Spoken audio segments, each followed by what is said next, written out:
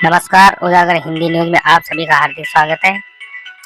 आपको बताने जा रहे हैं लाल कृष्ण आडवाणी के राजनीतिक जीवन का संघर्ष, राम मंदिर आंदोलन और भारत प्राप्त करने तक की उपलब्धियों का सफर। बड़ा ही संघर्षपूर्ण जीवन था श्री एल के आडवाणी का। सुनिए क्या कुछ। भारत के उप प्रधानमंत्री बनने तक का सफर। राम मंदिर आंदोलन के रहे थे अगुआ आडवाणी ने निकाली थी सोमनाथ से रथ यात्रा। भारतीय राजनीति के पितामह जाने लाल कृष्ण आडवाणी के बारे में सब कुछ। लाल कृष्ण आडवाणी की जब चर्चा होती है तो उनकी पहचान राम मंदिर आंदोलन से की जाती है। उस यात्रा ने न सिर्फ लाल कृष्ण आडवाणी की पहचान बदली बल्कि भारतीय राजनीति को भी पूरी तरह से बदल दिया था। इस यात्रा के बाद हुए बाबरी विध्वंस से देश का माहौल गरमाया हुआ था और इसका सबसे ज्यादा फायदा भाजपा को मिला था। 1996 के लोकसभा में भाजपा सबसे बड़ी पार्टी बनकर उभरी थी। आज एक बार फिर से लाल कृष्ण आडवाणी की चर्चा हो रही है क्योंकि मोदी सरकार ने लाल कृष्ण आडवाणी को भारत रत्न देने का फैसला किया है। तो इस वीडियो में आपको बताऊंगा 15 साल की उम्र में आरएसएस ज्वाइन करने वाले लाल कृष्ण आडवाणी की पूरी कहानी। ये तो हम सबको पता है, लाल कृष्ण आडवाणी का जन्म पाकिस्तान के कराची में 8 नवंबर 1927 को एक हिंदू सिंधी परिवार में हुआ था। उनके पिता का नाम किशन चंद आडवाणी था जबकि माता का नाम ज्ञानी देवी था। 1947 में जब पूरा देश आजादी का जश्न मना रहा था, वहीं दूसरी तरफ पाकिस्तान में रहने वाले हिंदुओं को अपना घर छोड़कर दूसरे देश जाने का डर सता रहा था। उनमें लाल कृष्ण आडवाणी का परिवार भी शामिल था।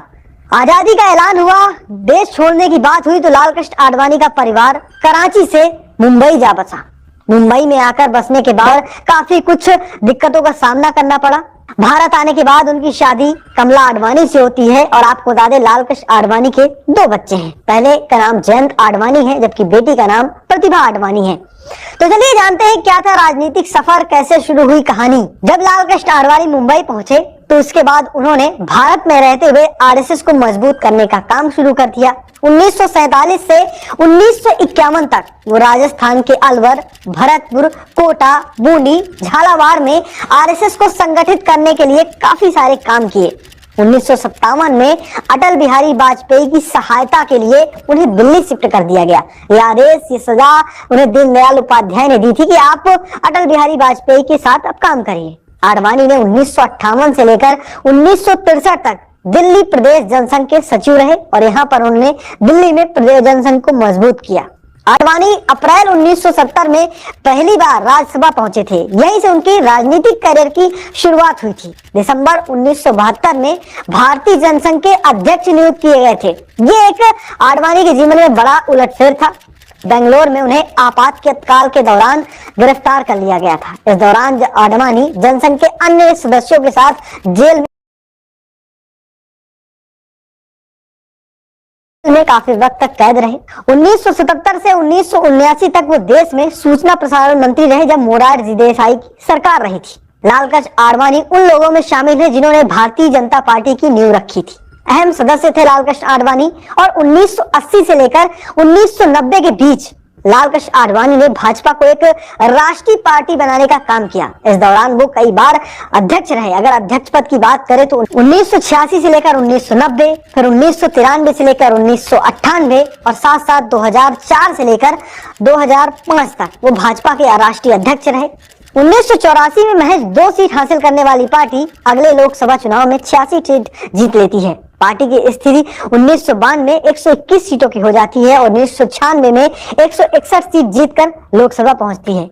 कांग्रेस सत्ता से बाहर थी, भाजपा पहली बार सबसे बड़ी पार्टी बनकर उभरती है। लाल कृष्ण आडवाणी ने 1998 से लेकर 2004 के बीच भाजपा के नेतृत्व वाले नेशनल डेमोक्रेटिक अलायंस यानी एनडीए का गठन किया था और गृह मंत्री भी इसके रह चुके थे। लाल कृष्ण आडवाणी 2002 से 2004 के बीच अटल बिहारी वाजपेयी सरकार में 7वें उप प्रधानमंत्री का पद संभाला था। इस दौरान उनके कार्यकाल में कंधार की घटना, कारगिल का वार, तमाम सारी बड़ी घटनाएं हुई थी। 10वीं लोकसभा और 14वीं लोकसभा के दौरान उन्होंने विपक्ष के नेता की बखूबी भूमिका निभाई थी। 2015 में उन्हें भारत के दूसरे सबसे बड़े नागरिक सम्मान यानी पद्म विभूषण से सम्मानित किया गया था। लाल कृष्ण आडवाणी को उनकी रथ यात्राओं के लिए सबसे ज्यादा याद किया जाता है। आडवाणी ने अब तक आधा दर्जन से ज्यादा रथ यात्राएं निकाली थी, जिसमें रणदेश यात्रा, स्वर्ण जयंती रथ यात्रा, भारत उदय यात्रा और भारत सुरक्षा यात्रा, जन चेतना यात्रा प्रमुख है। लेकिन राम रथ यात्रा ने